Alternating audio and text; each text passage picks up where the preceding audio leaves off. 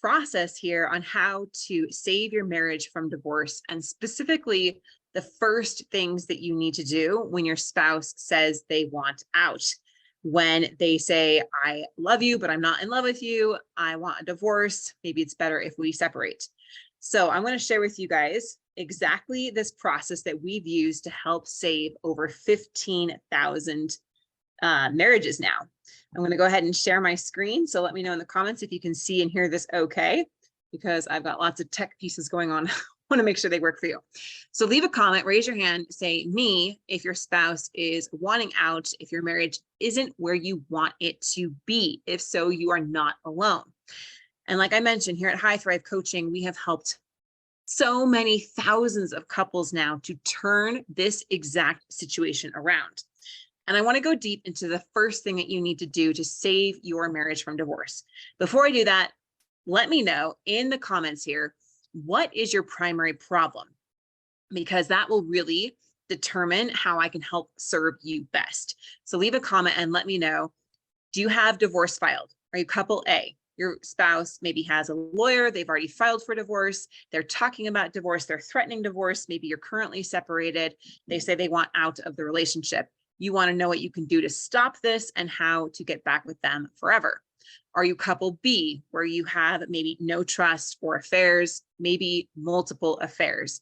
There are lots of trust issues between you. Trust has been broken. Maybe you broke their trust or they broke your trust. Or are you couple C and you really don't have a lot of communication going on? Maybe your spouse gives you the silent treatment. Maybe they stonewall you or they're withdrawing. They won't talk about the relationship.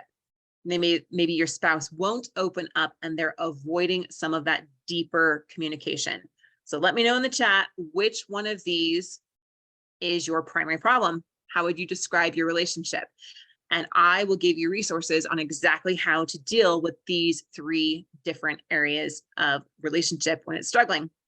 We are the ICU for marriages, and we help couples on the verge of divorce to turn this situation around. The first step, okay, the very first thing that we want to do when our spouse is pulling away is what we call the pause button. When your spouse hits the pause button, they are no longer actively pulling away from you more. So they stop pulling away more and they stop moving closer towards divorce or another person. Now, I often run masterclasses and I talk to dozens and dozens of people about their marriages every single week. And when I'm talking to you guys, one of the biggest mistakes that many people are making is they're pushing for their spouse's connection with them or their commitment too soon. And that will absolutely backfire. What you want to do instead is slow down the momentum that you are in right now. Okay, so it's like you're on a train track and you've got the engines full speed ahead heading towards a cliff. You cannot simply get all of that momentum turned around and have them recommit to you and connect with you and fall back in love with you and all those things that your heart is wanting right now too soon. And the more you push for that, the more it will backfire. You're actually adding more fuel to that engine and making it speed up further towards the cliff, which is not what you want to do. So just like a train engine here, we want to hit the brakes, slow down, and stop that momentum. Then we can start to get the train turned around. We can start to turn around the situation so your spouse is going to be willing to take some steps towards you. And eventually you can build that deeper level of connection and go to step 4, commitment. That's where they give you their heart fully again. Okay. But you must hit the pause button first. And I'll show you exactly how we help our clients do that. So here are some signs to know if your spouse has hit the pause button. And leave a comment. Let me know if you feel like your spouse has hit the pause button or not. Here are some signs. They are no longer actively pulling away more. They stop going forward with divorce and separation. They stop talking about leaving. So what's going on here is they are considering the possibility of staying and being happy with you. But note, they are not decided yet. They have not made up their mind. And if you try to push them to do that, what's going to happen? You guys heard me say it. it's going to backfire. It's not going to help you to draw them closer to you. And that's not what we want to do. So they're simply hitting pause, kind of like those old VHSs where you just hit that pause button and it freezes the frame, right? And it's no longer moving in either direction. That's exactly what we want to see happen. That's a good sign, okay? So let me know again in the comments, has your spouse hit the pause button yet? And if not, it means that you've simply missed something along the way. And most people miss this too, which is why they don't save their marriage from divorce. The good news, my friends, is that you can learn how to with our proven process. Again, one of the biggest mistakes most people make is pushing for their spouse's full commitment too soon and putting too much pressure on the relationship. And then that goes now into our push versus pull method that we have here at High Thrive Coaching.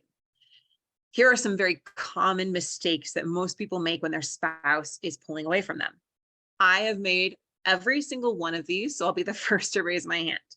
Let me know in the comments which of these you have made or you are making currently. First, they demand their spouse work on the marriage. This can look like, you need to go to therapy with me. You need to listen to this podcast episode. You need to come to this training. You need to honor your vows. You need to do this for the kids. You need to talk to me about this. You need to be able to work on this with me, right?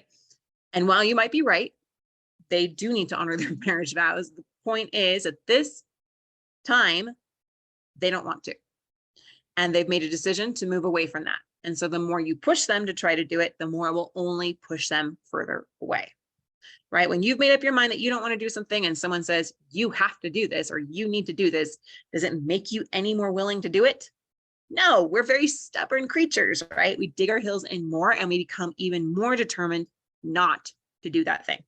Second, manipulating them to try to get them back. This is fear-based.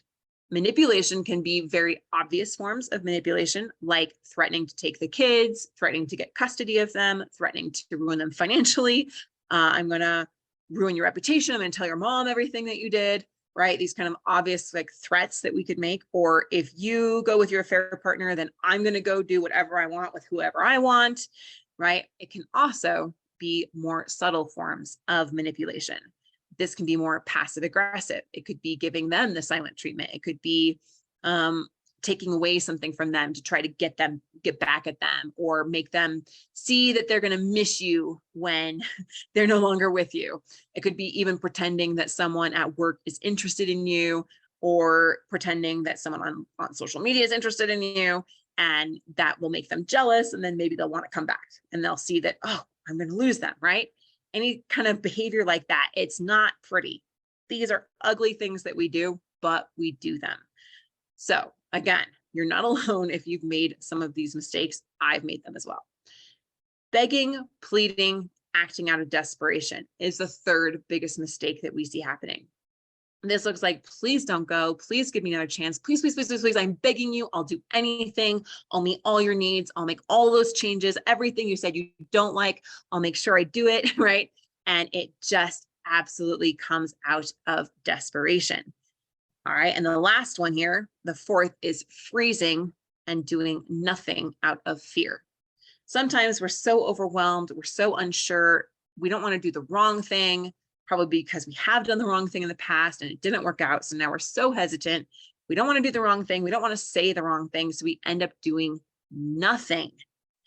And our spouse pulls further away from us. So all of these are only going to push your spouse further away. So again, leave a comment. Let me know, which of these have you done? I'm seeing some people saying I've done all of them.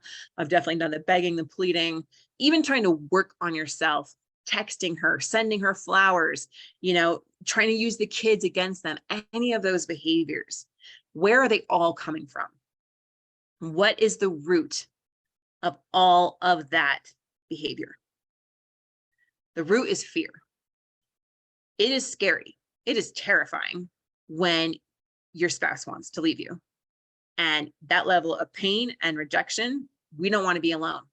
So we want this person to come back to us so that we don't feel so insecure. We want to know that we're going to be okay. We're not going to be alone. And who are we really focused on when we are in that instinct? Right. We are focused on ourselves. It is all about preserving ourselves. And that is a very natural and biological instinct. And I'll show you why in a little bit.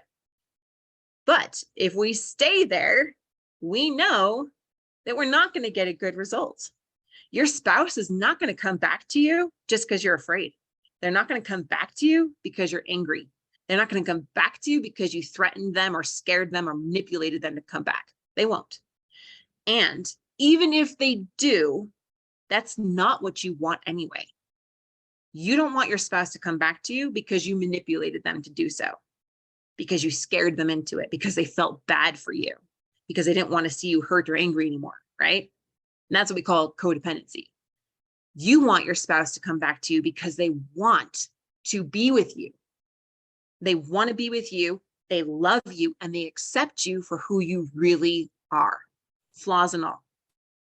That's what I want in my marriage. That's what I'm working to create, because I want to be accepted for who I am with my flaws and all. And your spouse wants the same thing.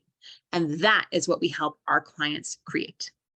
So those are mistakes we don't want to make, right? Those biological instincts based out of fear. What we help our clients do is pull their spouse to them like a magnet. So you just naturally are drawn back together. Right now, it's like you got the magnet the wrong way. I do this with my kids, right? You got the magnet the wrong way. You feel all of that tension and you're just repelling each other. It doesn't work. You can't get there from there. What we want to do is flip that magnet around so it just syncs up naturally. You're naturally drawn back together. You naturally want to be together, and you're doing it in a very genuine and authentic way.